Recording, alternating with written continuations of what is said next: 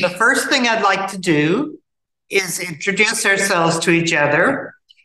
And to do that, I want to ask three things.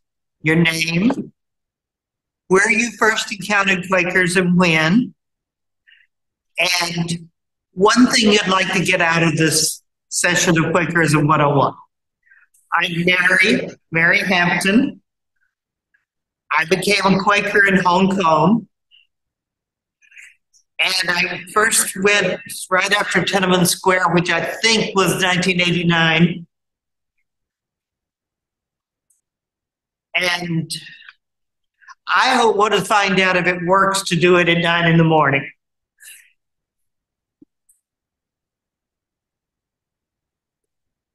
Or we can go round. I'll go.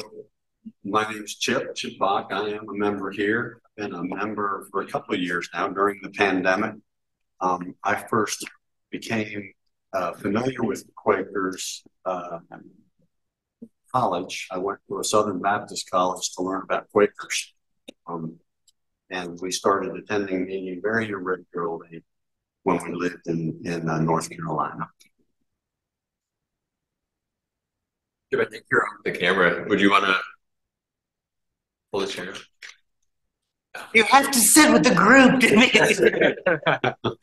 I will. I'll sit up here.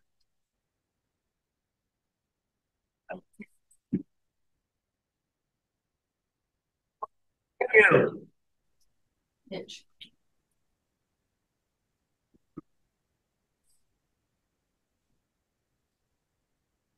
He's making unmuting movements. Where did we get? It looks like he's trying to unmute it right now. Oh, yeah, you're muted again.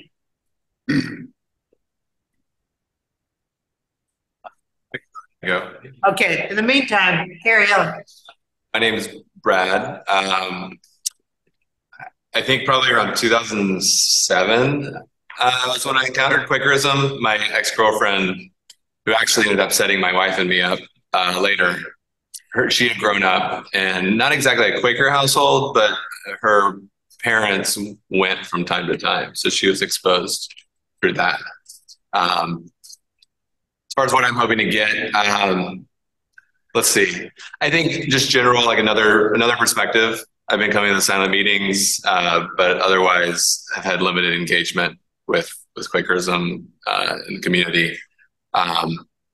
And one question I have is that I am one of the kind of non-religious Quakers. Like I'm here because of the values of the community and the practice. And I think there's other reasons.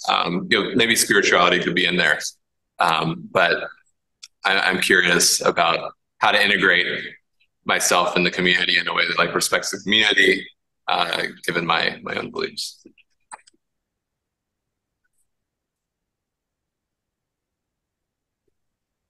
Don't cover the clock, please.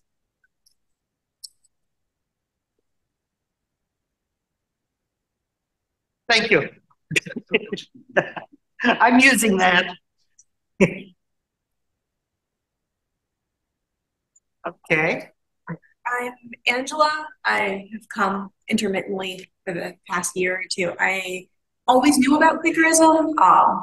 I grew up in Christian Science, and my mom is like a big history nerd and a big religion nerd, so I feel like I just do a lot of things. I went to a meeting a couple of times when I was in grad school, and then one of my professors showed up, and I was like, we are done with this now. But yeah, I guess I'm looking for like grounding historical context that sort of come from like a very nerdy religious background, and so this has been like cool, but there's also like less books than I'm used to. So We can fix that. yeah. I started coming, I first encountered Quakerism here in Austin. I started coming here, I think it's around 2011.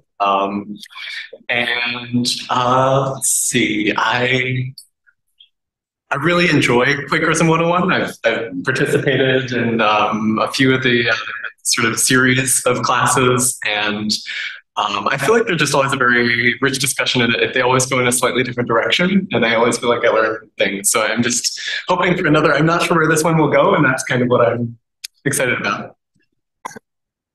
Yeah. Hi, my name's Ed Fay. I've been coming to this meeting almost exactly a year. I've kind of recently been getting more involved in the community aspects of it. But I guess like you were saying, I don't have any of the book learning. So I just kind of want to take some notes and read some books and all that jazz. That's good.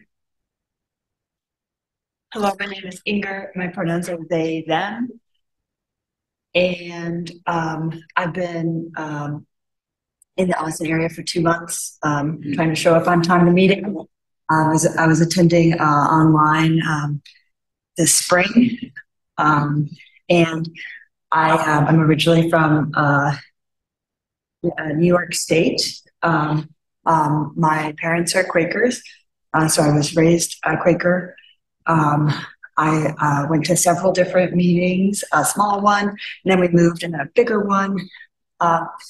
And I went to a Quaker farm boarding school, and that was cool in Ohio, only Friends School. And I went to a Quaker affiliated college called Haverford College, where I lived in a Quaker house, which really got me through my college experience. And I then moved abroad, and I didn't do so much Quaker stuff, but everywhere I go, I kind of Google where the Quakers are. I attended one meeting in Switzerland, which was cool. And then recently I've gotten more involved in like the thinking about the stuff that's written down about Quakers, and being able to kind of articulate more about my personal faith and what I actually believe in, like spiritually, beyond the process, Quaker process, and like Quaker speak of like consensus or whatever. Ready for the four of you up there. Please tell us who you are, where you first encountered Quakers, and what you'd like to get out of this course or the sessions you attend. You can do 1 or 6. Hello, can you all hear me? Yes. Okay, awesome. My name's Rachel, Rachel Jessup. I only just recently, like in the past week, have gone in a rabbit hole of learning more about Quakers. It started with my family like sending me like, oh yeah, we found a list of ancestors, and then one of them had a small tiny addendum that they were affiliated with being a Quaker. And so we found out that that was why my ancestors moved to the United States. And so then I was just learning more, and I'd kind of fallen away from going to church regularly, especially through college, kind of deconstructing my faith quite a lot, because I didn't quite agree with all the stuff that like the churches that my family had been going to were saying. And it was really comforting to hear the values that Quakers hold. It felt way more in line with the way I like have felt the presence of God in my life. And so I'm just really excited to be here to learn more. My name is M. Schweiler. I was attracted to some Quaker dogmas roughly 18 years ago, and I have no expectations.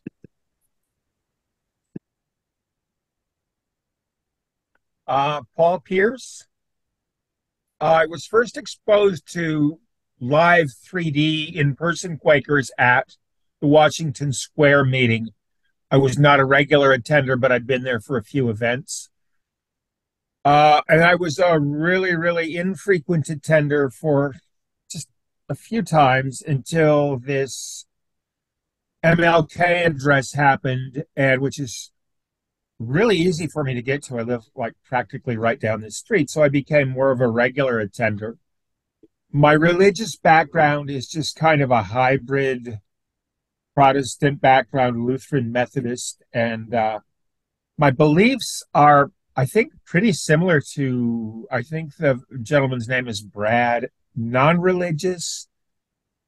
But my memories of being in church as a younger person, a lot of them are really fond memories, and I like this kind of a community. And that's that. Here I am.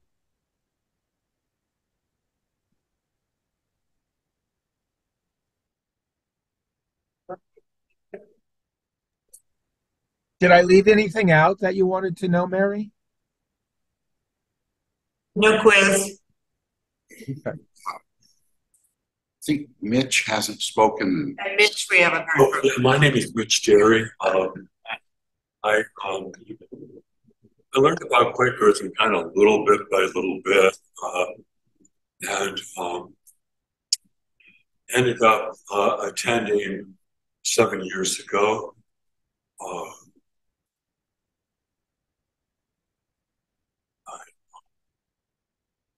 I'm not really sure why it took me so long, but it's I gradually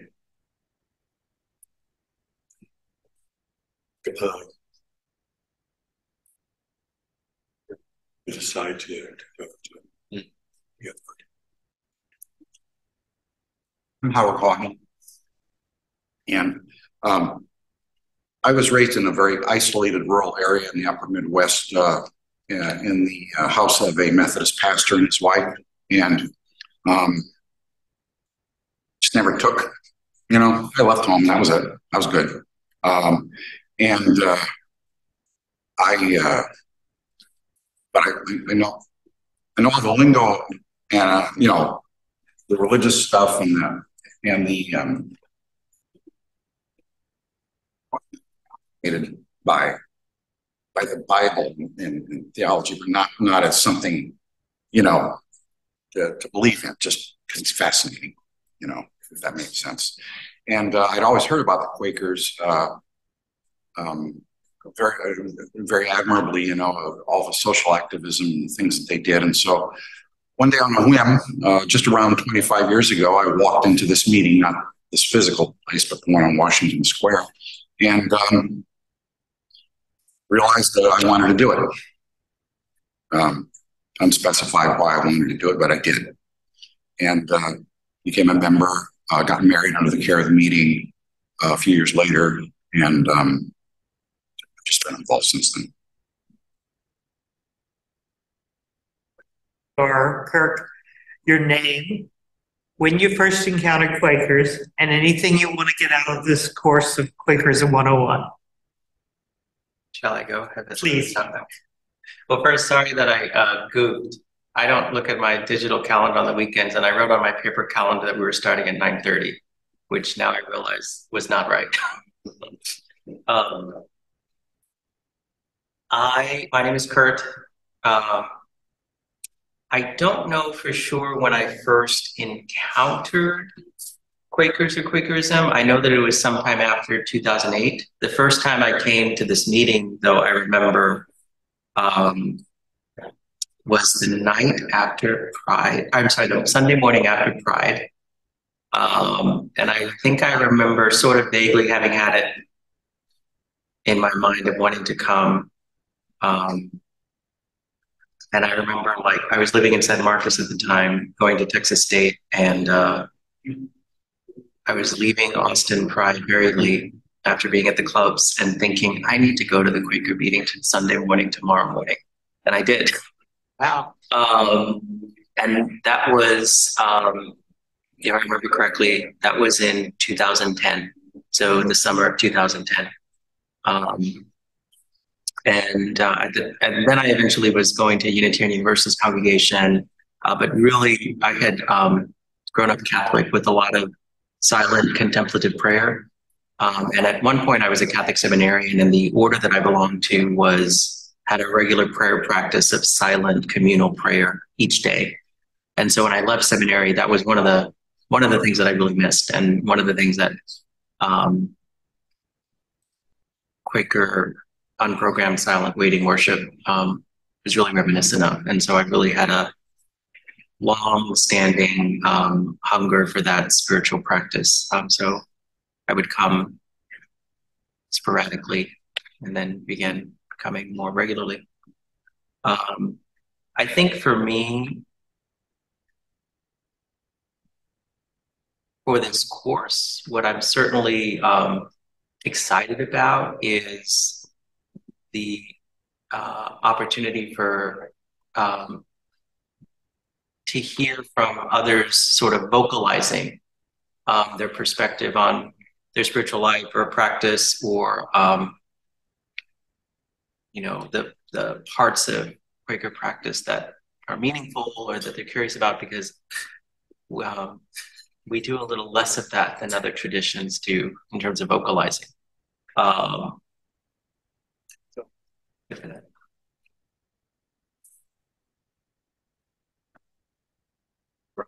Have you anything to tell us?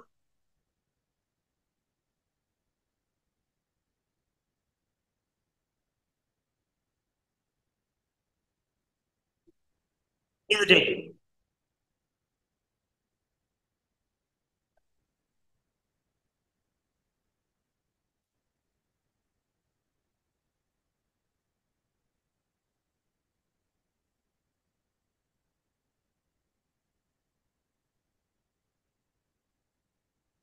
Brian, would you like to introduce yourself? Can y'all hear me now? Yeah. Yes. Okay. Like I'm getting broken hearing. I can't tell if y'all hear me or not. My name is Brian Dutcher. Started coming to this meeting house in 2006. And that was, I just kept driving by it for work, and so I had to stop in one day and kind of enjoyed it. I ended up moving away and kind of fell out of the Quaker traditions.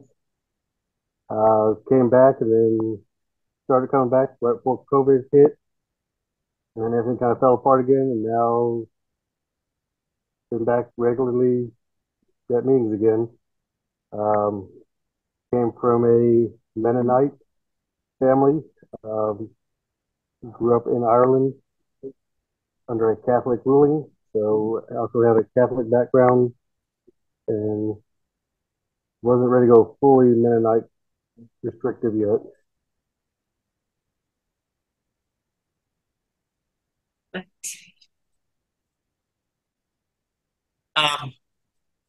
Well, I'm gratified to know how many people will show up for 9 in the morning.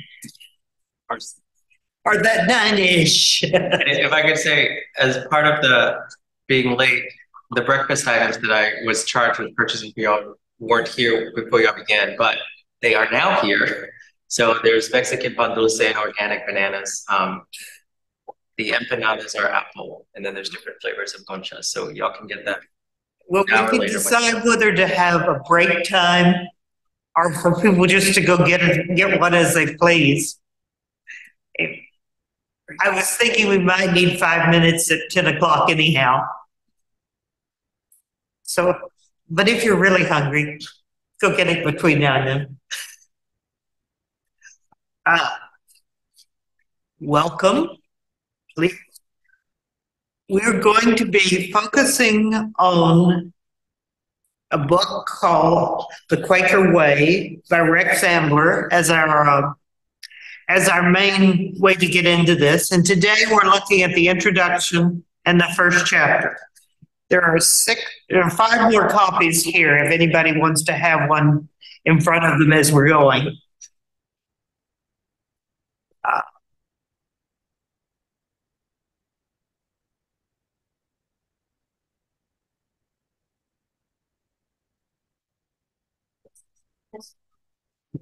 Does everyone have a copy?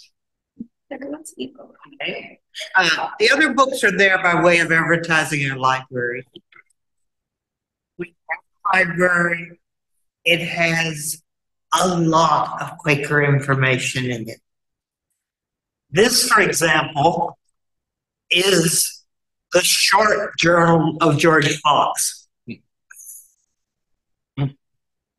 one that George Fox is volume 2 of his autobiography, and there's a copy of Barclay's Apology, all of which you will hear mentioned in these pages, and among other Quakers as well.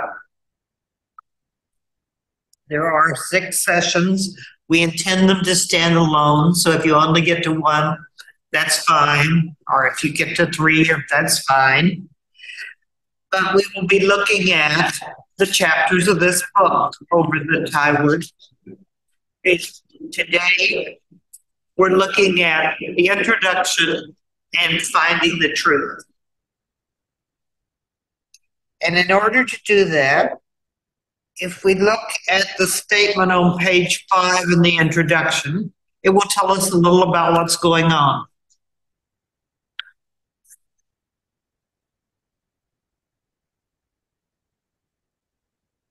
I think what I'd like to do is have someone read part of the very long paragraph that starts under making sense of the Quaker way. And if you get tired, stop and somebody else will pick up. It's a very long paragraph.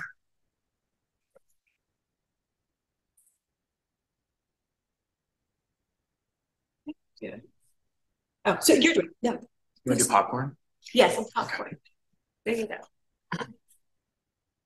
Making sense of the Quaker way. My probing for this book began 5 years ago when I was asked by my own Quaker meeting to give a series of talks on the Quaker way of doing things. Their concern was that many people had started to attend the meeting who were very puzzled by the way we did things. We sat in silence for a whole hour, for example, and no one led the meeting or explained what was happening or not happening. I feel that. There were also members who were still puzzled after many years about why we adopted such a slow and cumbersome process in coming to decisions together. They could only see the traditional language about being led and waiting in the light as, at best, vacuous phrases for thinking about difficult matter, or worse, a refusal to think seriously at all. So I was challenged to offer some rationale for these other strange practices of friends. In thinking about them, however, I came to realize that a historical or descriptive explanation would not really answer the questions being put. If I explained what was set down in the official book of Disciple, Quaker Faith and Practice, I could still be asked why it was set down, and indeed, whether it was a fundamentally good thing that it had been set down. Would you like to go? The question why kept coming back at me. Why, for example, do we sit in silence? Why do we not vote in meetings for business? Why do we insist on a nonviolent resolution to all conflicts? What was being asked in my meeting, and what I found I was asking myself, required a deeper search into Quaker ways and practices.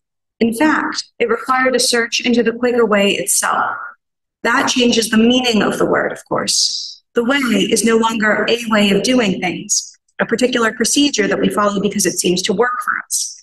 It is more a way to something, a way to life, or liberty, or happiness, maybe.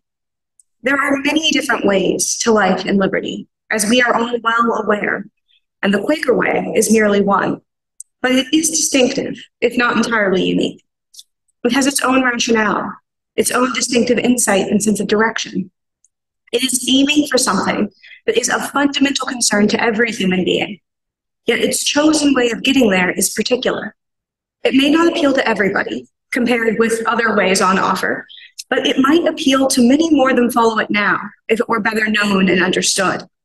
So I see the challenge to me in writing this book is to describe that Quaker way of life, and at the same time, to make sense of it. Did anything catch your attention? Any words or phrases?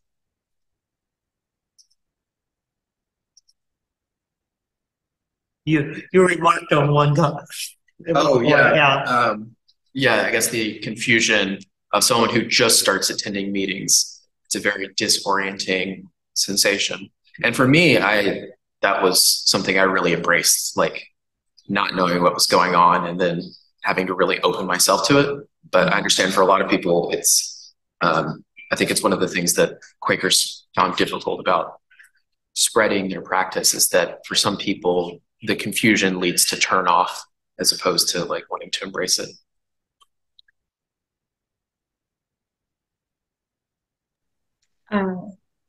I was going to add, I liked the point that it's unique and very particular, and it has its reasons. But there are many other ways as well to reach the same point, and so I like the sort of acknowledgement of that while also still staying true to this practice, which I think is neat.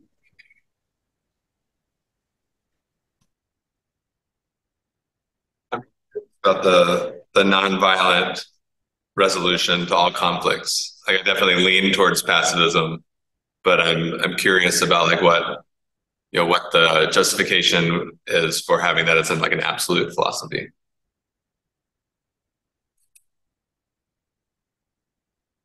And I wanted to sort of echo what Rachel was saying. I think that one of the things that is frustrating to me about a lot of kinds of Christianity is there is this like obsession with the monopoly on truth in a way that I think is frustrating because there is a lot about religion and spirituality that I think are extraordinarily valuable for people and are things that we have lost in many ways.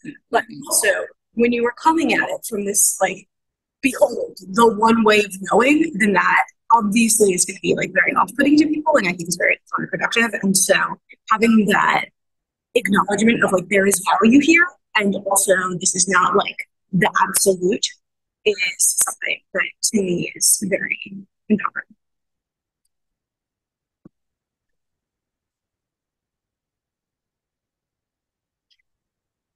Anything you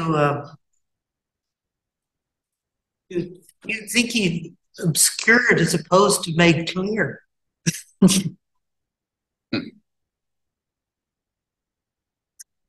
Make things clearer for you, suppose I should ask. Like at this point, it's the promise to make things clear. As opposed to the actual. It's going to do it. Yes, it's going to do it.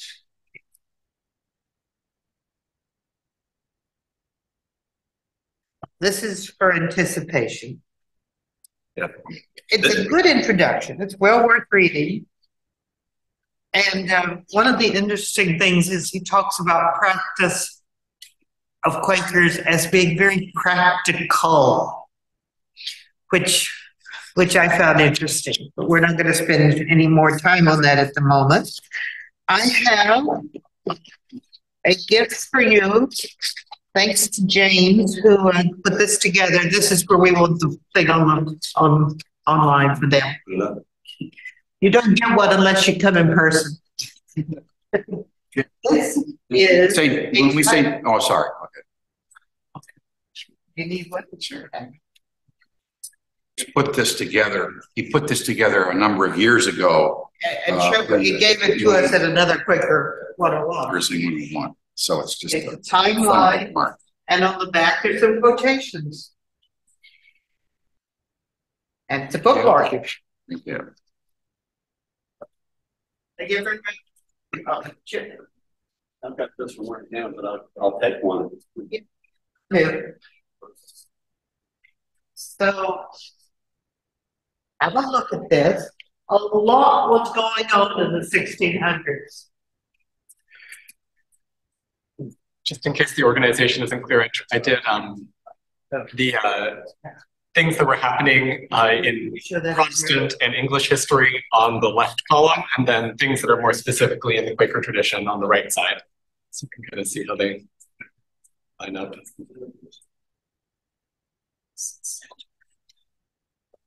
This is a good reference. Because I live with someone who studies English history, I can actually tell you a little about what some of those things are on the right, on the left side if need be. I now know what the Glorious Revolution was.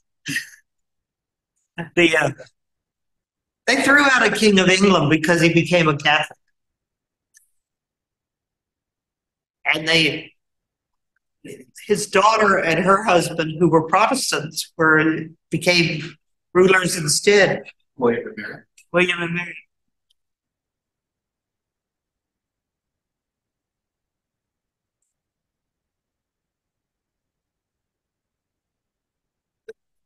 the time between beheading a king and the Civil War, and then George Fox is the main person on the right side, or not, though not all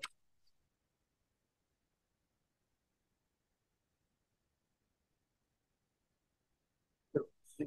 In this Quaker timeline, where does like the first meeting or when George Fox is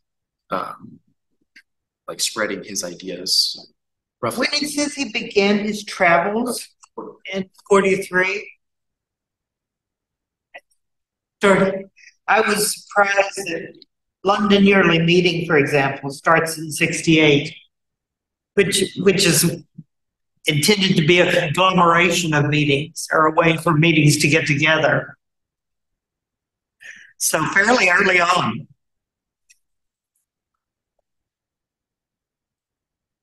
Okay, anything else anybody would like to add or ask about this or about the statements on the back, which are fun? I can't believe that that's the title of Barclay's apology. Something I just thinking back to my thought process with this, so the left side earlier in the stuff in the 1500s, the earlier Protestant history, something I sort of discovered and I found interesting was there are these sort of radical Protestant movements that in many ways have a lot of similar ideas to Quakerism that happened in sort of the German-speaking world in the 1500s. And then so particularly sort of the Anabaptists and people who are talking about the sort of more inward inspiration and are very critical of both the sort of Catholic and also the sort of growingly established Protestant churches on the continent. And so that's I included to the probably the most famous instance of that actually was ended pretty tragically and was in some ways really horrible, though unfortunately the Anabaptist Commune of Munster, the sort of radical Protestant Anabaptists took over the city of Munster and established a commune there that had the unfortunate effect of, for the first time, bringing the Lutherans and the Catholics back together again to destroy the commune. And it itself was a deeply sort of chaotic and problematic thing. But that's sort of our sister peace churches. The Mennonites, for instance, sort of come out of these sort of earlier continental sort of movements in radical Protestantism. They sort of, the Munster Rebellion, of course, were actually embraced violence, unfortunately, but the follows of Mino Simmons, who eventually became the Mennonites, became sort of a more pacifist sort of sect. So I thought there's sort of a parallel development that happens earlier in the continent to what's going on later in England. Just trying to illustrate there. And Quakers isn't even the wild name of a group that was out there. There were the ranters and the diggers and various other groups that came along at approximately the same time. I think it was like everyone had this idea that maybe we should be looking inward, and look toward, look for spiritual authority other than the authorities. And so one of the obvious things was like the ranters who just got up and did whatever. They were basically anything goes. We can do anything we want. And they were called ranters for a reason. When George Fox was in jail, ranters used to come to egg him a little bit or mock him. They would come and have parties outside his cell, just to try to get him to join here, have a hit of tobacco, that kind of thing. And so it was in England in the mid 1600s, it was a lot of interesting flux. It's quite a time.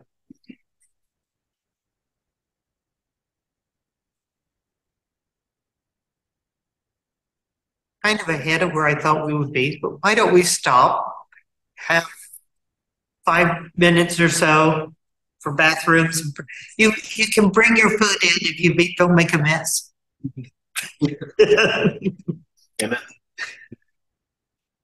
And the coffee. Like I remember I may have made one mistake on this timeline, but I don't know where it is. Oh, really? Oh, shucks. I just took challenge. Right. Is there's maybe That's exactly right. I didn't try. I did Cultures, aren't there some cultures where you make a beautiful weaving or something, or a piece of pottery and you're supposed to leave one error? Yeah. So that's not perfect. Easter egg. That's what That's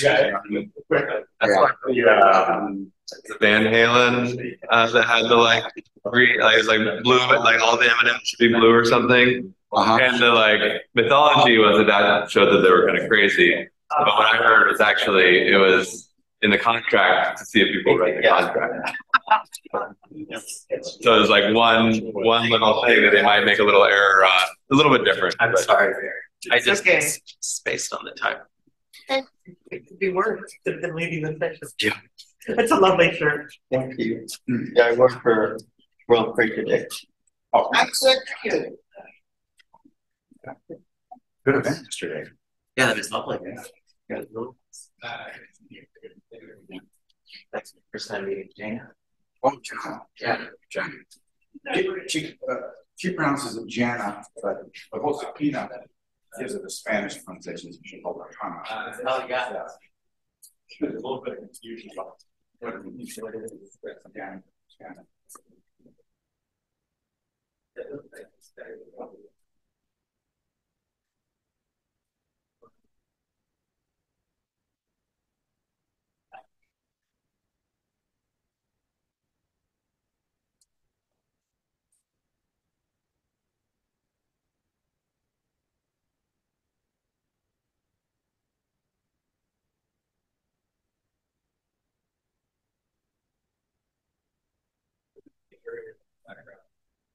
Like a lot of either a background or like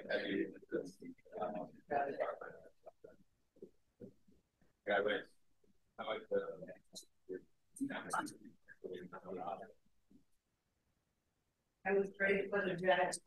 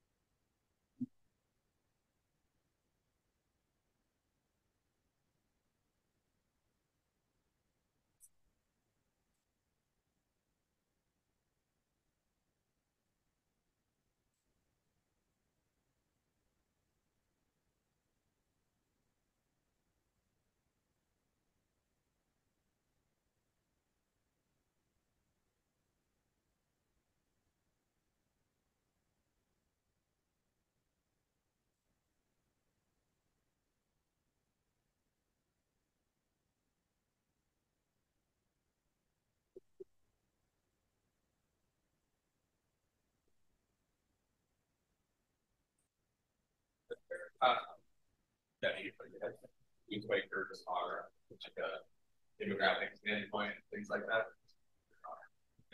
They would know. You pick up the same but most of the studies, just like sociological studies, mostly Quakers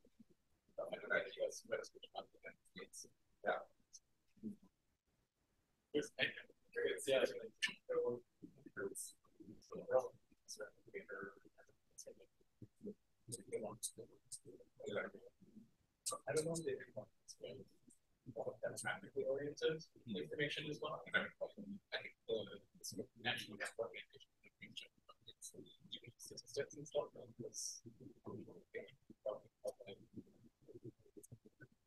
Yeah, it's many notice people actually studying that. Interesting, like a personality.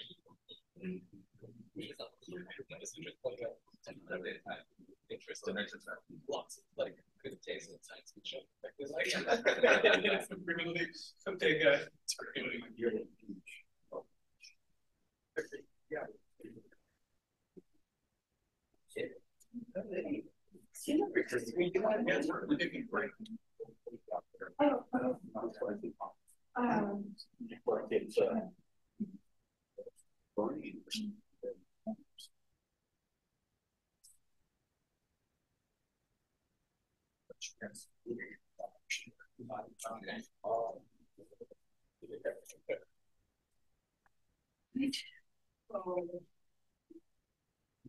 Okay.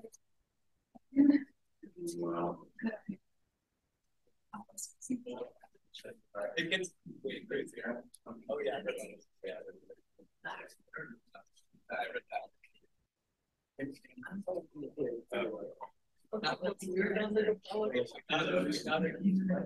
Sometimes. I read about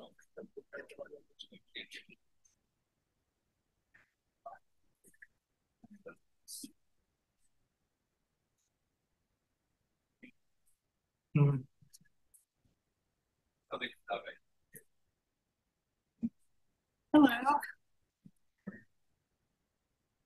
Anna Balch. Kurt. Nice to see you again.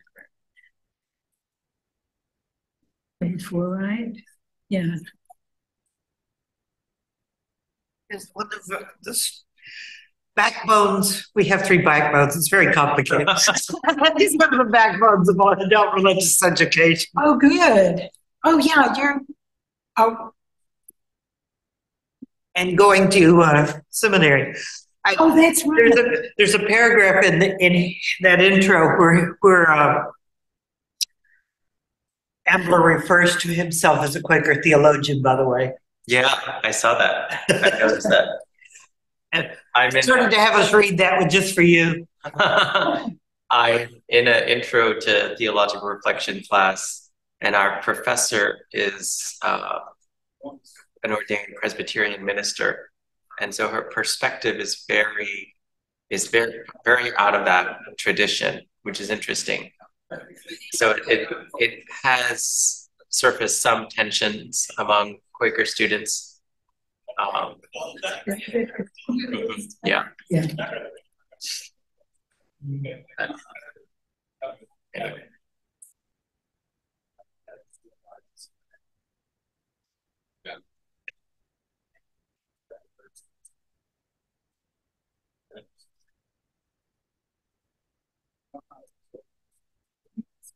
Yes. No wonder you're busy. Hey, it was just doing this and leading Mary Lee's clearness committee yesterday. Oh. The 2 of them together seemed to be a bit much. That is. Is she still in rehab? She is. I don't know if we should ring a gong or be more subtle.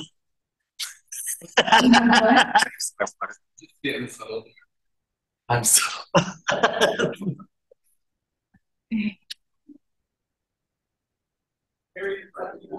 The course is based on the Quaker way. I have. Yeah. I mean, those are just the way of advertising our library. Oh, good. Some of those are from the Presbyterians, I know. Yeah, thanks. Yeah. That's probably.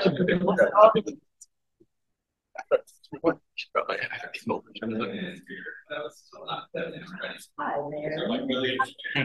I have this thing where it's hard for me to like sit still. Like, I think if you're so interactive, like there's like and stretch and one side has to be constant. I think that's so much because I'm like there studying both history and English, so like, but like it took me a while to even be able to translate. yeah, And now I can read it in like instantaneously. and that's true. But when I was 14, it's like this is still a foreign language. Like You're not trying as signals. Right. So is it okay for me to do? Sure. I think it would be okay. Like The original? Yeah. Okay. Without the translation. If anybody looks nervous, move. Interesting. Sorry, I'm teasing you. Maybe I could just explain what I'm doing right now. Yeah. Two. Go ahead and do it first as a first day. Christian Science, you use the King James Bible, Mhm. so I had thrown out You're a help. I think that's why the King James. So it was also a Just thing somewhat where I was like, contemporary. this is. I like. Those who need to stretch should do so now. I was like biased. Can we also do it later? Do a lot of And later if need be. Yeah. like, It depends on how. But it's also so easy to have it just be this miserable thing. Having visuals Yeah. helps too, since they're, supposed to be plays. Yeah. Well, and that's I don't think, again, just having kids like read Shakespeare is insane to me. Yeah. Because it's not, like, that's not how it works anyway. And then to do that when it's already such a difficult style when you have all this stuff. Okay, we're gonna look at the test or George Fox's life, which are closely related at this point. Beginning on page 14.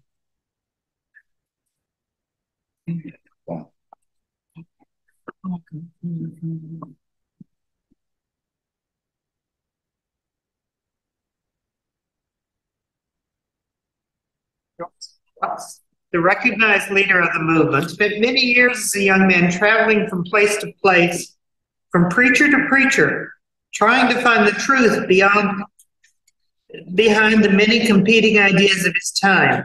None, he said, spoke to his condition. He discovered in later years why this was so.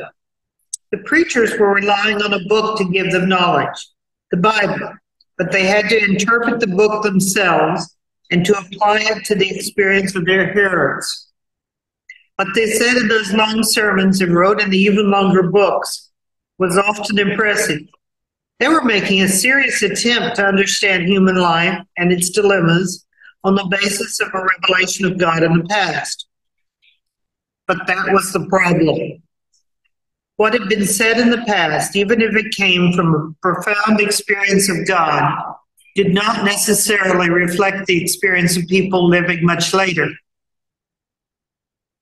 And if the preacher did not have a comparable experience himself, he was in no position to interpret that ancient text for people of his own time.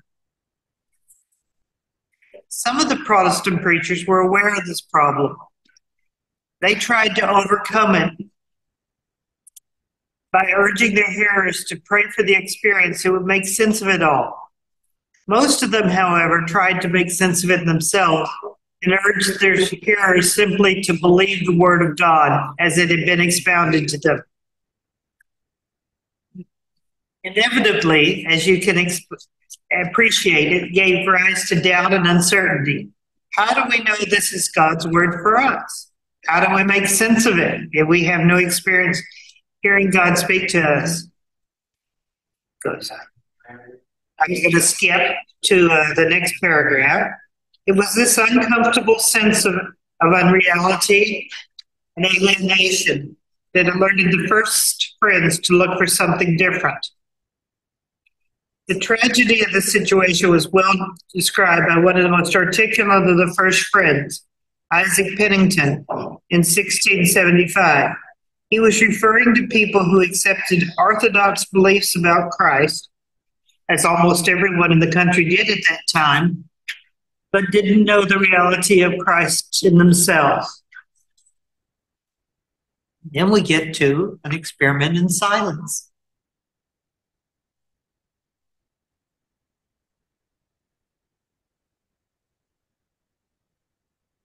somebody read the first paragraph of An Experiment in Silence.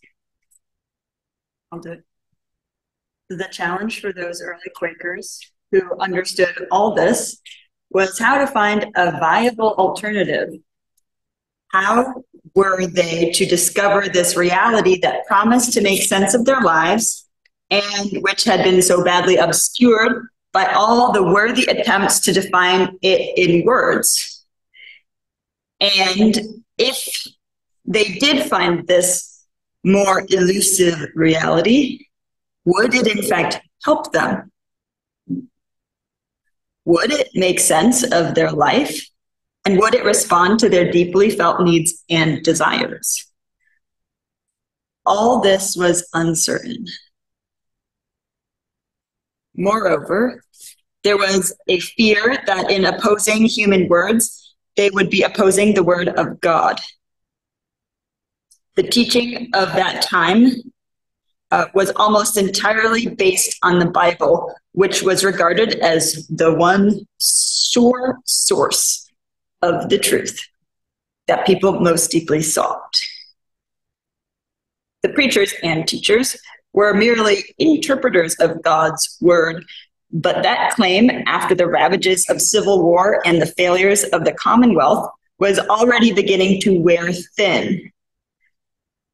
The preachers and politicians had obviously not found a truth that could serve the national interest, either politically or religiously. They couldn't even agree among themselves as to what the Bible meant. So there was reason to be skeptical. There was also reason to be hopeful that an alternative could be found and that it wouldn't fly in the face of the God they wished to know. What might that be? Rachel, did you have a question or comment? Okay.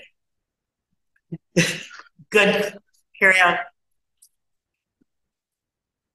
Stay standing, but somebody else can read.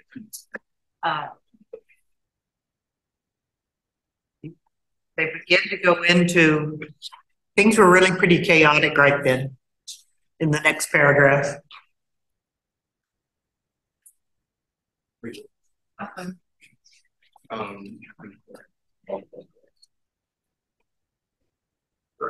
wanted someone to read the next paragraph for those who were?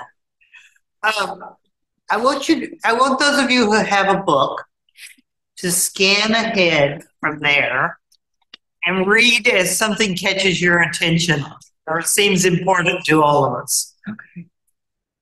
Aloud. Aloud. Aloud, yes. Sorry, they're all gone.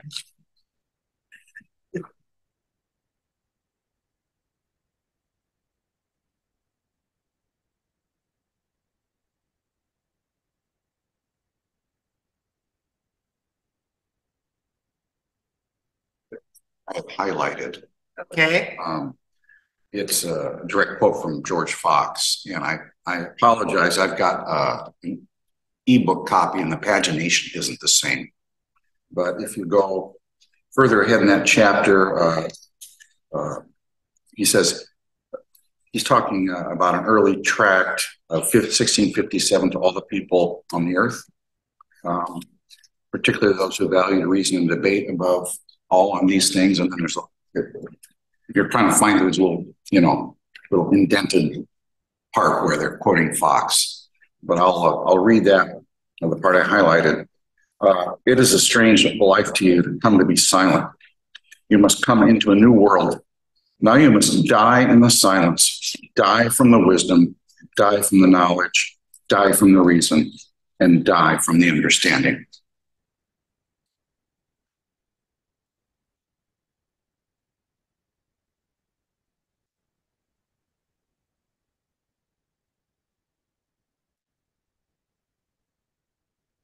What do you interpret that?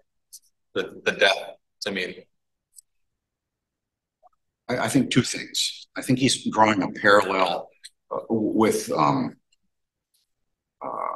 more traditional Christian theology that asks us to die, to the world, kind of paralleling Christ's death. I think he's doing that a little bit. That's probably in somewhere in the mix, in his mind. But I think what he's saying is you have to put aside everything you think you know and understand.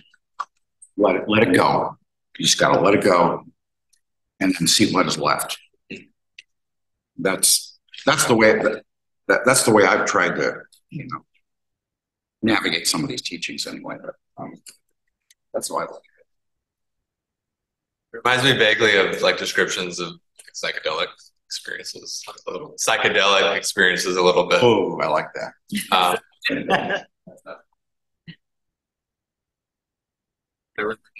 Sorry, I remember in like Michael Pollan's book about it, which is basically all I know about it, is I think he talked about a lot of people, like religious leaders, having sort of ecstatic religious experiences, and that neurologically that might be similar, that they might be doing something in a natural way without any drugs. It's similar to what happens when people take psychedelics. Yeah, I can't think of the sources, but I've read some of the same things. That religious ecstasy and other ecstasies have a lot in common. Like the oracles at Delphi, and I mean they did do drugs and then they prophesied. So. Right.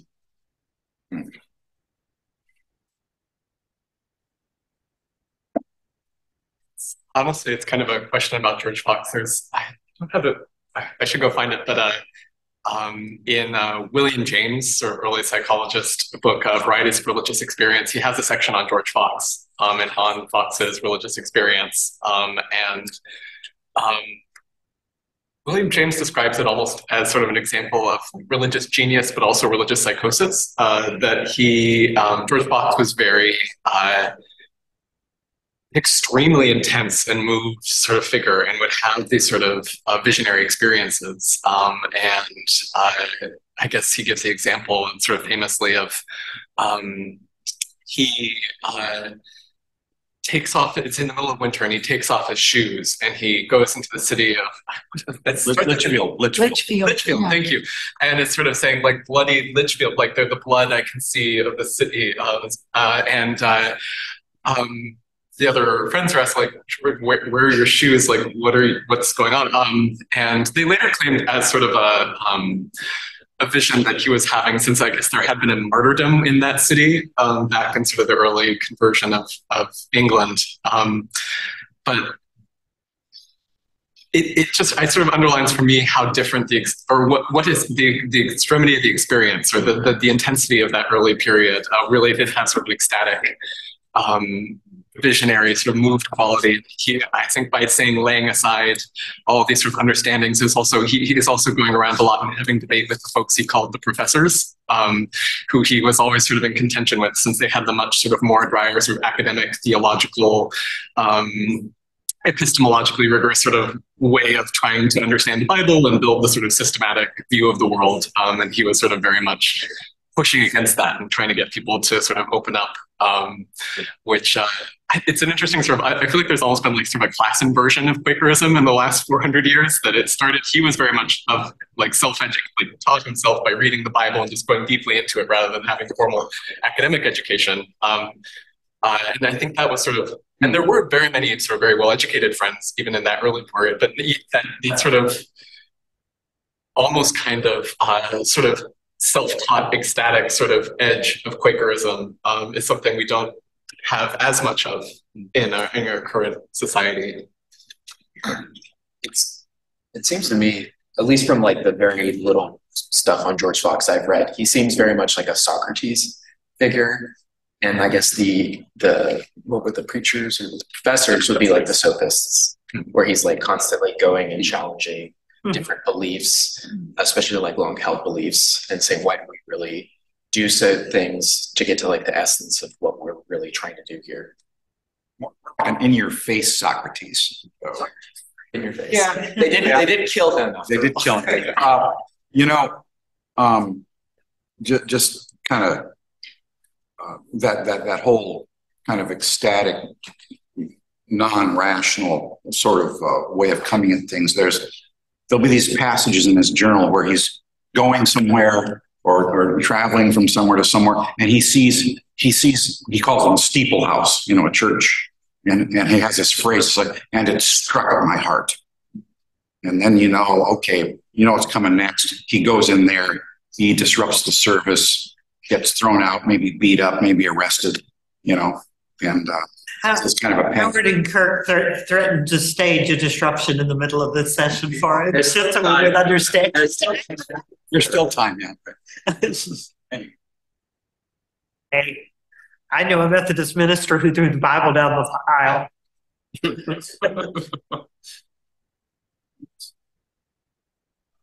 The term Quaker was originally like a slur, wasn't it?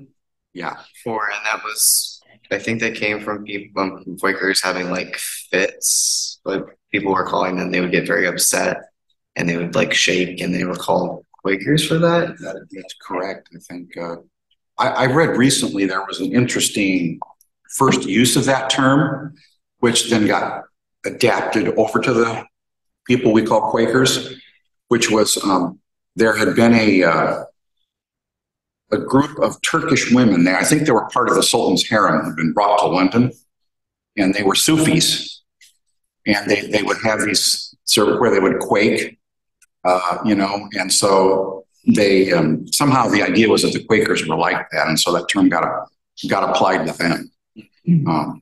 I read some obscure little passage about how it came, but yeah, it was definitely a pejorative term, definitely. Sorry. I studied religion in college, and one of my teachers said that even though Sunnis and Sufis as groups have like a lot of tension, that not Sunnis and Sufis, Sunnis and Shiites have a lot of tension, that the Sufis of those groups related more to each other than to non-Sufis of their own group. And that mystics, these mystic Sufis in this harem maybe related more to these Quakers. The Quakers related more to them than they did to other Bible reading people. Interesting to figure out how Quakers would have gotten to know anybody in a great Turkish harem. Yeah. Getting too far off, I won't. Like people like traveling for convincing, or I read some stories of those of people who travel to. Yeah, well, definitely. Do some of those. In the next 100 years, there were a lot of people who traveled, including some woman who traveled in the Middle East. And went to see the Sultan. Went to see the Sultan. Yeah, I was surprised that she came back alive. Pretty open to what, apparently the Sultan was pretty open to what she had to say, though, as I understand. She didn't convert anybody. She didn't convince anyone.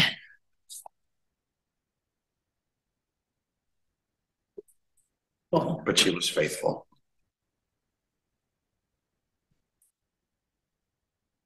Anything more from George? But the end of this chapter is about the ego and the light within. And that's a very different take on it. It actually...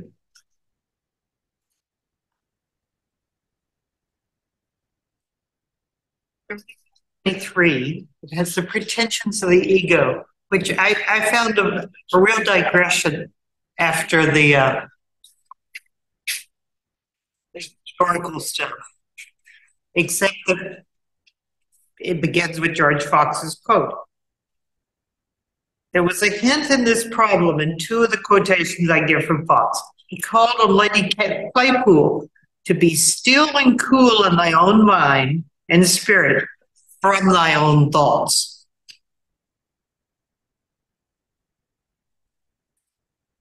He warned the proud intellectuals to be wary of their own wisdom and their own reason, suggesting that the proud self had to die. There's a death again.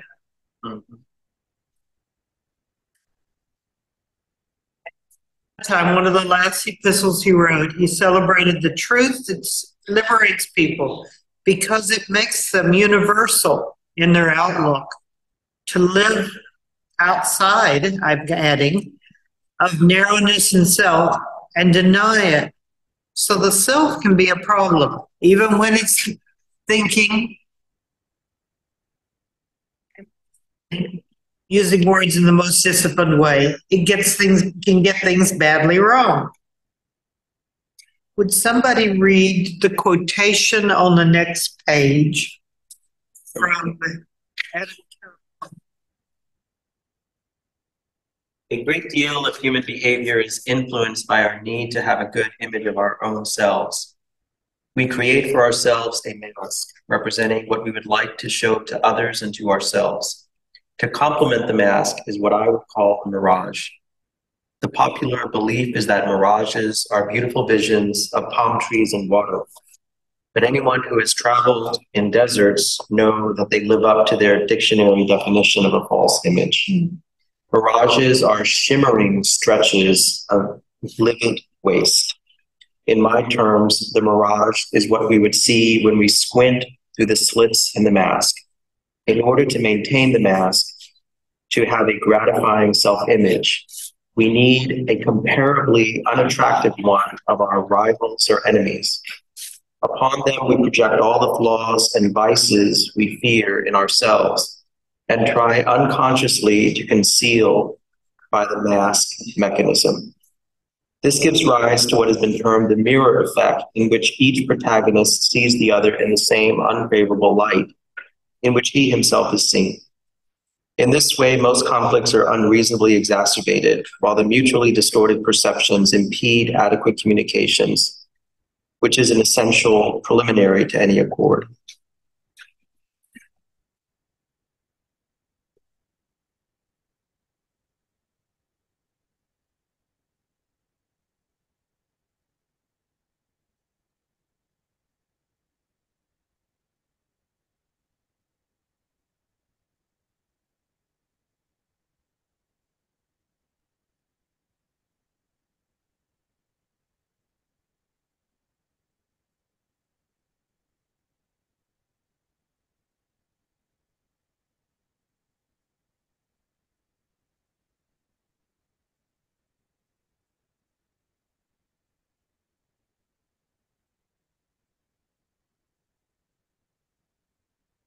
I think it largely rings true for me.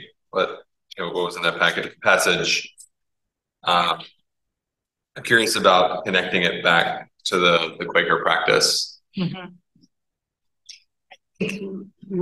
We'll spend some time with the very small section he calls the light within, and I think that'll help.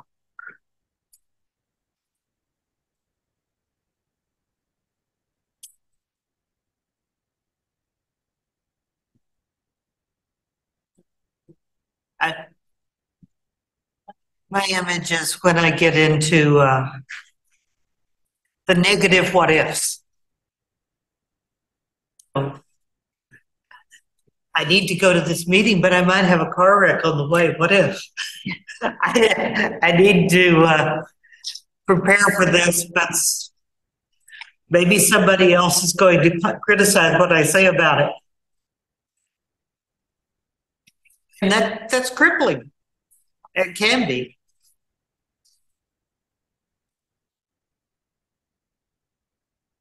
Of doing a picture that's getting ahead of myself with a bunch of heads.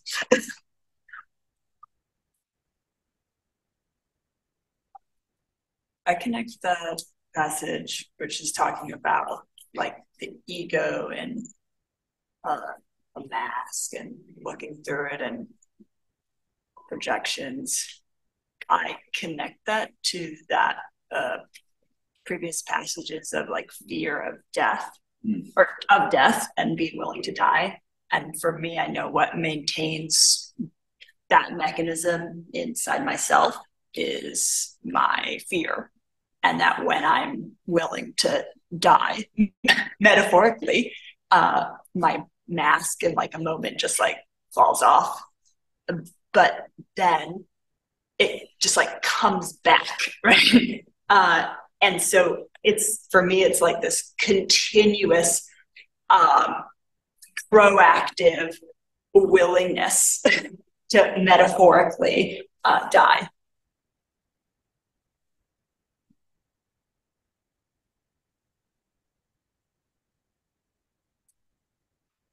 Something that I think it might be, it was Howard who told me this, that like the early friends often describe this experience of conviction, in which they are sort of first feel like they're sort of enter into this new sort of Quaker faith, but conviction in a way like we use that to mean like strong or fervent belief, but emphasizing the part of the word that's more like to convict someone of a crime or something, that you have this experience of your own sins, your own flaws. You see yourself in this clarifying way that is just a deeply emotional and kind of devastating experience in which there's sort of this falling away. And so they would just tears and very sort of, they said often like their heart were made tender after that, and then they were able to be open and sort of more loving and able to sort of experience things after they'd sort of had that breaking, which I'm not sure I've ever actually, I feel like I have little bits and pieces of that at times. I've never had like this enormous rupture that I feel like is the moment of conviction. I don't know if anyone else has had that experience, or if that's so much part of our religious experience as friends nowadays. But I think that idea of the math, like really just having that break open for us a time, was maybe what those early friends were experiencing.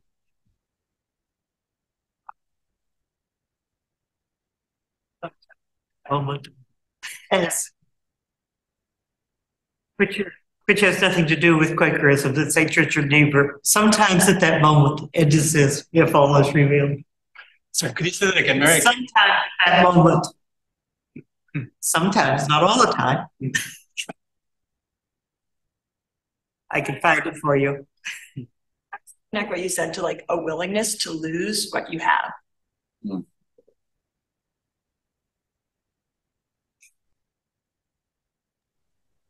I wanted to say, when you all were reading about the passage about the mask and how we see other people and ourselves, it reminded me of like what I'd been reading about, and what drew me to Quakerism is sort of the idea that like there's a light in everyone, and it's part of that knowledge of everyone having a bit of the divine in them, and it kind of conflicts with sort of like our ego of wanting to look at other people and in a way that'll make us feel better about ourselves, whether that's like sort of you look at someone and see the things they're doing wrong in a way that's easier to avoid what you are doing wrong. But then when you're thinking about everyone being a piece of the divine, it sort of equalizes, and you have a little bit less of that tension of trying to be better than everyone else or worse than everybody else.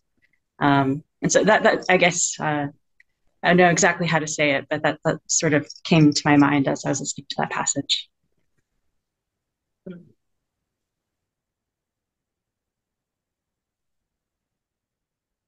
Brian, do you have a hand up? I think that's just the mouse. Or is that Karen? That's the mouse.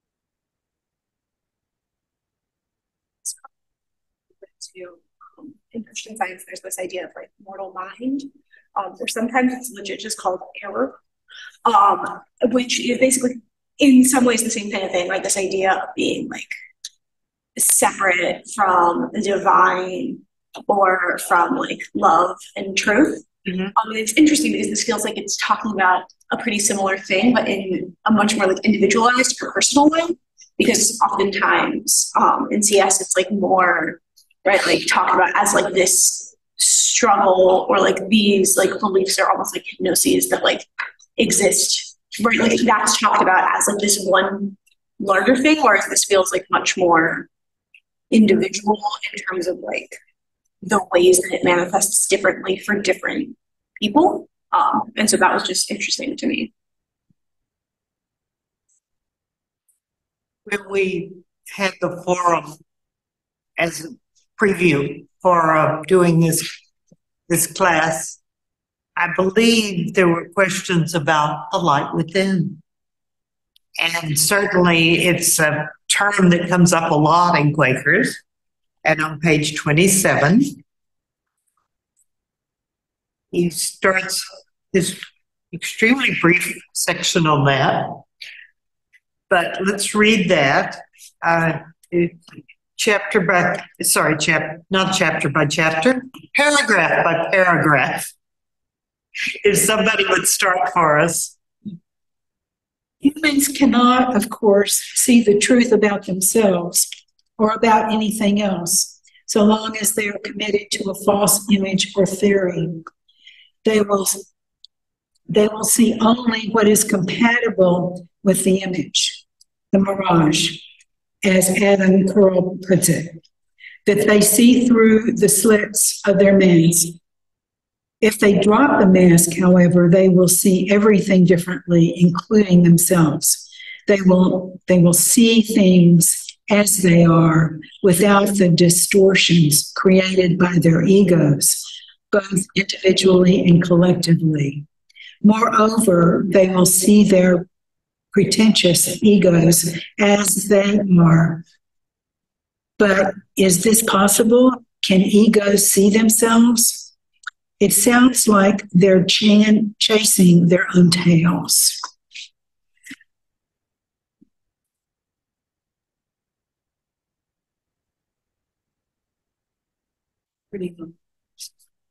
Kind of self-knowledge is possible.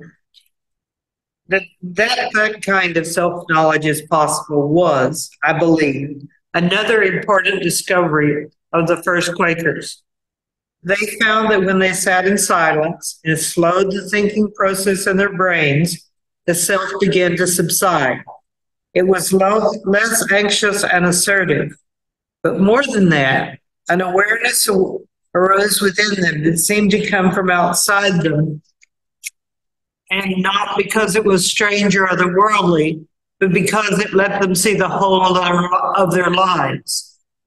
They could run their life through like watching a play on the stage. They could focus on any detail that concerned them or draw back to get a sense of the whole drama. There was a capacity of detachment, an ability to get a distance on things that normally felt too close for comfort and too close to see. And this detachment enabled them to look at things squarely that they had previously wanted to ignore.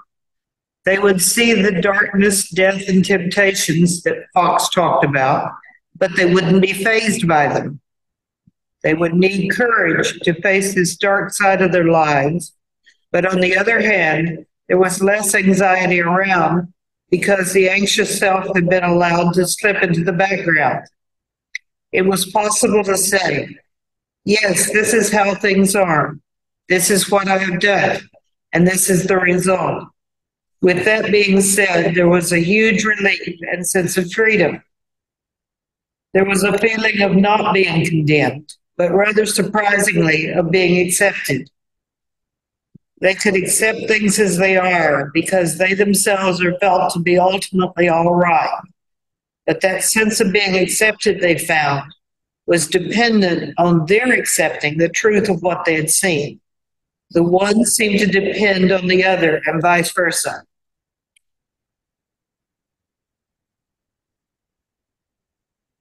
It was also a new kind of freedom because the self was not now struggling to defend itself or secure itself. It could see what it wanted to see, move as it wanted to move, and so come to a judgment about the situation with real objectivity. Then it was possible to act with confidence and with good effect. Also, it was possible in this meditative state to see through the pretensions of the self so that they lose their persuasiveness. They could also see the self posturing, fighting its corner, but they could also see the illusion that led them to do this. And an exposure to the truth of its situation was enough for the self, this posturing self, to abandon its pretense. There might be a struggle, of course. Our familiar self is not going to give away that easily. But if it is also made aware of the suffering it causes to itself and to others by pursuing this pretense, it may finally give up. And the reward is the discovery of the true self, what I or we have been experiencing all along, and the discovery of our real connection with others and with life.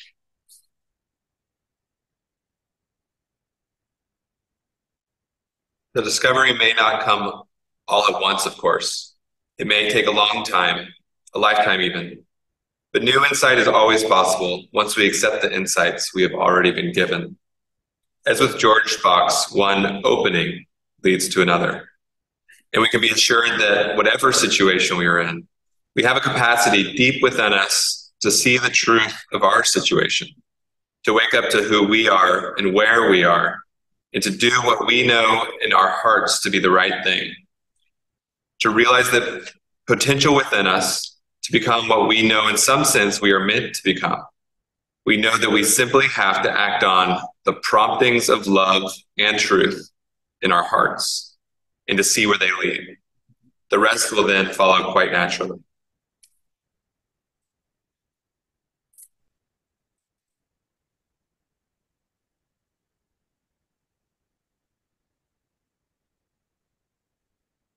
Were there statements or words and phrases that stuck with you out of that? A lifetime, maybe. Okay.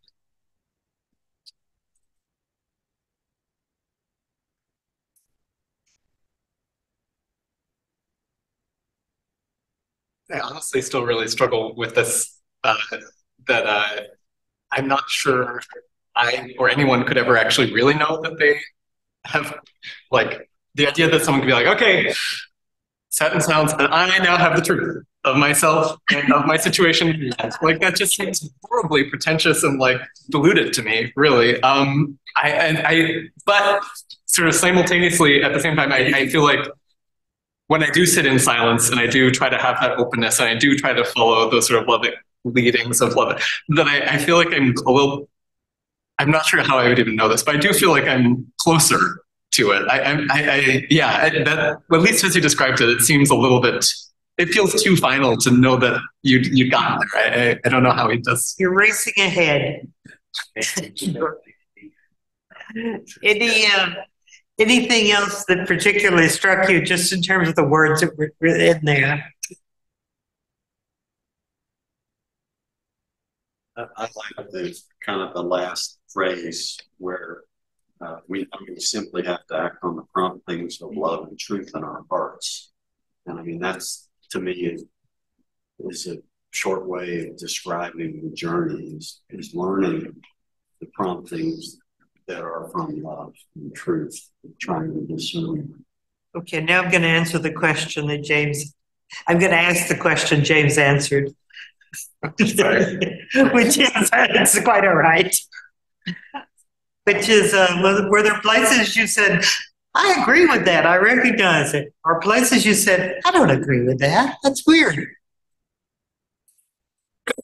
I found it was like definitely more extreme than my experience, and so I was asking myself, is that it? Is this just like my experience turned up a lot? Or is there actually like a qualitative difference in some way? I find that often in the beginnings of the meetings, before anyone speaks, I'm having like more typical like anxious thoughts, and then often someone will speak, and if it's like a message of like empathy or concern, of suffering of people, I find it shifts my thinking away from thinking about myself in a way that I think somewhat fits this description, but in a much milder way. But then I feel guilty for not taking more action to help other people. So I don't know if that's really like dropping my ego there. A phrase early Quakers used, it was, I've always kind of wondered about the actual import of it, but they talked about getting low. And I don't think they were talking about being depressed or something like that, but just getting under it, getting under that, so that you no longer had the ego, but you were open to the to what you were learning yourself. You had to humble. I think humbling yourself to get low. They use that. And sometimes they'll say we got low, or we didn't get low. They apparently wasn't something you could achieve all the time. In terms of what is the inner light, there's another book by Rex Ambler, which is a collection of quotes from George Fox. He's arranged them thematically, and they're face. He's got George Fox's original and then kind of a more modern translation of some of Fox's words on the other side of each page. But the very first passage from Fox of the whole book is Fox was he traveled in North America. He actually made trips through Virginia and New Jersey, New York, and places like that. He's having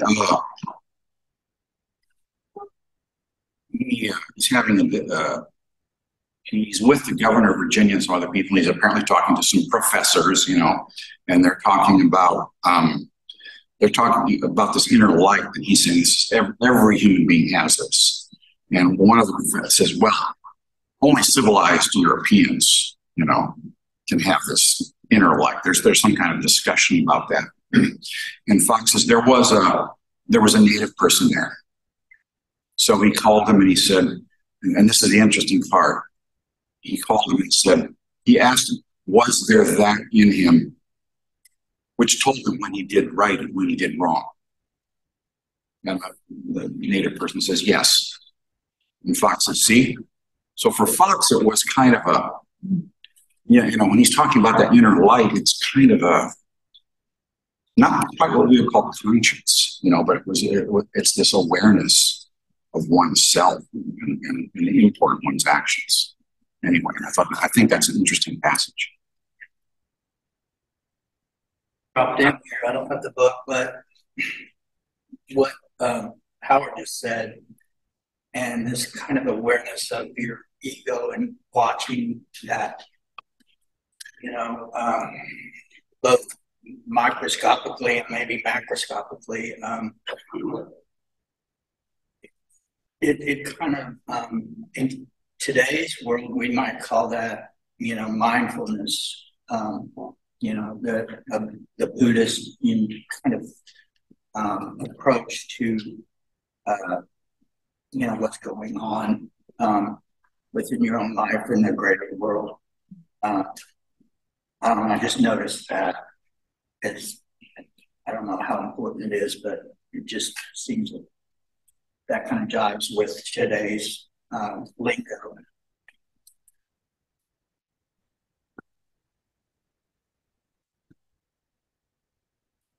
I was going to ask, so what are you going to say when somebody says, what is the light within? Now, we've had a couple of answers, but the rest of you can answer. What wouldst thou say? Paul say, what is the light within? What will who say? Oh, thou. Oh, okay. Okay. Got it. Okay.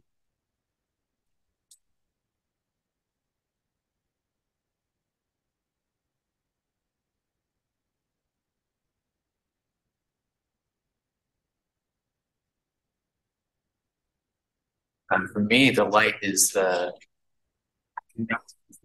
similar to what Howard was saying, but it's a thing that is within me that is also within Mary and also within Ingar, within all of us, and it's how we are able to relate to one another on the subconscious level, and that could be called spirituality, that could just be called God itself, but it's the part that makes us human and who we are.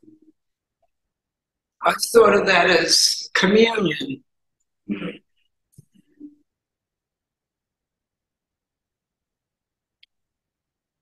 I also see it also.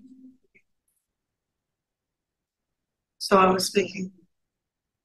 I also see it as the term that we use. You hear a namaste, of acknowledging that of God, that someone before you acknowledge who they are, that physical being, you see that is the first and primary, and the secondary is, oh, there's Mary, but that spirit around her, and seeing that of God.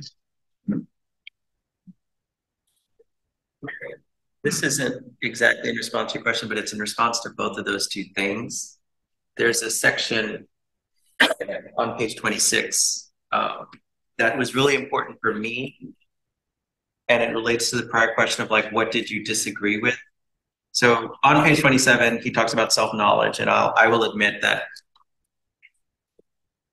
I'm ambivalent to the idea of self-knowledge disconnected from this paragraph on 26. And so he writes, the Quaker answer was very different and derived from the discovery of what happened in silent waiting. The self was indeed stubborn, but its assertiveness was due to a profound misunderstanding. The self thinks it is alone and needs to fight its corner, but this is an illusion created by anxiety. And then this is what I particularly highlighted. The self, that is the true self, is in fact connected with others and indeed with the whole creation and with its mysterious origin in God. But it cannot see this because it is identified with an image, an idea. Feeling therefore alone and vulnerable, it tries to make itself safe and secure, linking up with others with a similar interest and power. To sustain themselves, accumulating wealth and status, and above all, asserting its own interests as primary. Then it goes on.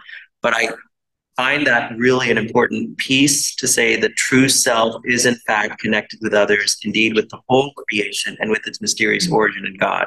And when I have that piece, and I think then in the subsequent piece about self-knowledge and think about, well, then that means the self-knowledge and the like isn't just this thing in me, sort of vertically with a vertical relationship, but it includes a horizontal dimension. That is then, for me, what makes the inner light more than a navel-gazing phrase. Which felt really for me, that's felt connected to what the two of you just named as well. Good.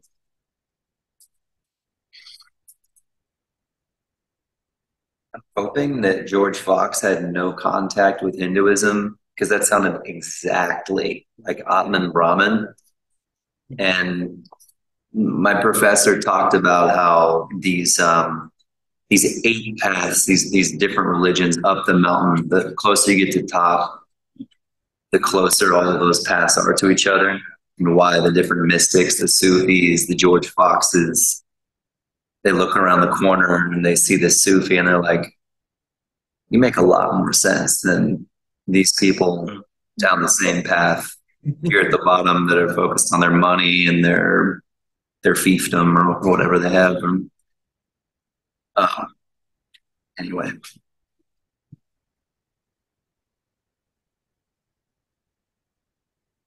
We have the luxury of time. This doesn't happen in a 50-minute forum. But what other questions? What other things would you like to explore with us briefly?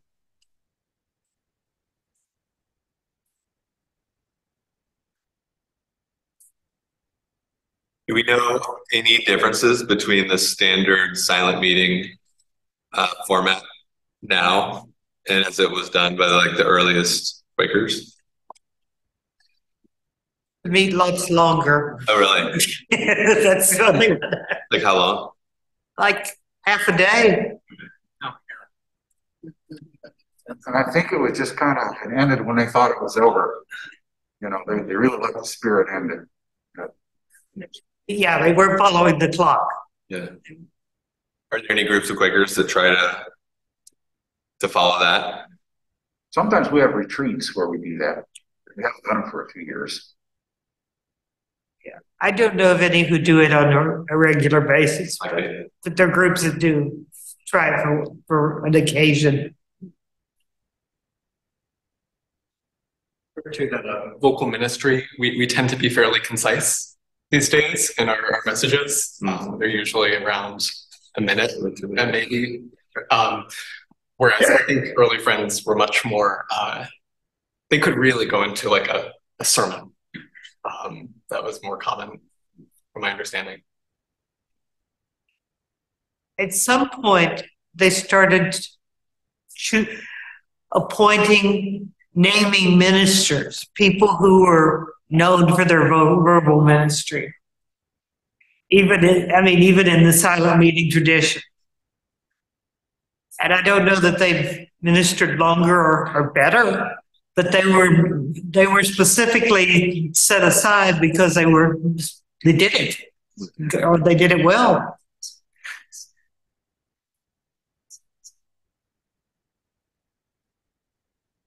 Slightly tangential, since we're talking about different practices of meetings. When did the non-silent, like more programmed Quaker meetings start or kind of break off from the unprogrammed meetings? It helped me, but in the 18th and early 19th century, when there was a bunch of evangelical Christianity going around, some of the Quakers really got into that. There was a schism in American Quakers that happened around 1820, and there was and it was this, they have the Great Awakening, that you hear about sometimes in religious history in the late 18th and early 19th centuries, and so there were Quakers who said, well, other denominations have a creed and Sunday schools and things like that. Why can't we do that? And so there was a big split at that time. And so the branch of Quakerism that we're roughly descended from, known as the Hicksites, because Elias Hicks was kind of their leader, stayed with the idea of unprogrammed silent worship and not declaring a set of beliefs.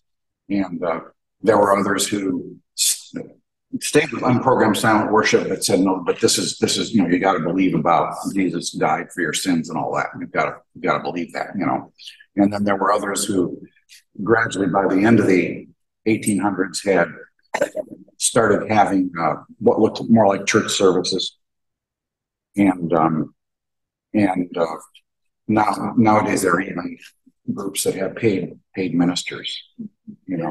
There's a chart in the hall. I think we'll go out and look at it. Yeah. But you can look at it yourselves too. That's an incredible, complicated tree. but every few years, Friends World Committee on Consultation brings all of these groups together, and they all talk to each other. And there still is that commonality. I think that the commonality between them all was that sense of the inner light. I think that's really the bedrock that keeps them all together. So worldwide, this kind of more traditional Quaker is actually in a minority, because the largest number of Quakers in the world is in East Africa, and they are more programmed. Evangelical. Evangelical Quakers. Yeah. I think Howard reminded me something too. In the early Quakers, my understanding was that there wasn't a first day school program, that all children sat, if it was half a day, they sat in silent worship with their families. So they were trained at a young age, and I don't know what life was like at the meeting. They maybe ran around and do it like they kind of do here some. And everyone still stayed in the presence of the spirit, and didn't worry about that noise that's happening around them here. I don't know how they did it. I don't know. There's a site which talks about those things, but it was so profound that when there was a group of kids whose parents were all in jail, and the children came to the meeting house and conducted meetings themselves, and the officials came and shamed them, things like that, and yet they continued to go. They had that modeling from their parents. It was important to do what was right, and to do what the Spirit led them to do, and that's what they did. And so it's an interesting way, and I think with us, we look at our older kids and say, well, Yeah, and some of them sit in meeting with us now, but it is real different, you know, how things were then. There's a maddening, sorry to speak so many times in a row. There's a maddening lack of specificity about what happened in those early meetings, what was said. We have very, very little record of what anyone said in those early meetings. And when George Fox records in his journal when they went somewhere, he just said, he'll just say, you know, the meeting was our hearts were tender and we had great openings. Yeah. That's all I'll say, you know, and that'll be over. And in the early Quakers, that's what their journals will say. Oh, and when you know, there's this great meeting I had. I won't say what happened. You know. So does that kind of speak to like the sort of private, intimate nature that's attained during meetings, that it's not something you want to record because it can only be experienced within the meeting itself? I'm very much of that mind. I believe that the movement that happens between us, if you want to call it spirit, that happens between us in meeting is more important than any words. That we had a forum once where they were talking about vocal ministry. This is like 20 years ago. Yeah. So someone said, "Oh, can someone remember some great messages you heard? You know, could you repeat them?" No one could. I can. Okay. very few people had, you know, could, and yet there's a sense that there was this, you know, something wonderful happened. You know, besides the words. So you have some good messages that you remember. Yeah. You want to hear something? Yeah. Okay. So Jean Graham stood up at the old meeting and she said, "I choose joy." And that's when I remember. Otto Hoffman stood up at the old meeting house and said, "In order to love your neighbor as yourself, you have to love yourself." He probably said something else along with that. They think that's short in his life. Okay. I'm forgetting his name. Okay. But he stood up and he said, "Why don't we all stand up?" I mean, in a really big voice. And it was really quite, and there was something more to it, but it was really powerful. Sorry about that. And I remember as a child that there was a grown-up who stood up in meeting and gave a message about us being like, I don't know, a glass of water, and how the inside and the outside matched somehow. It's just like, okay, it's the only message I remember from when I was a child. But I remember going to a meeting where a child stood up and said something to the effect of, "Guns and war are bad." He was about 7. That's just a few of the messages I remember other people saying. Friends, it's been good to be with you this morning. We continue in 10 minutes of worship.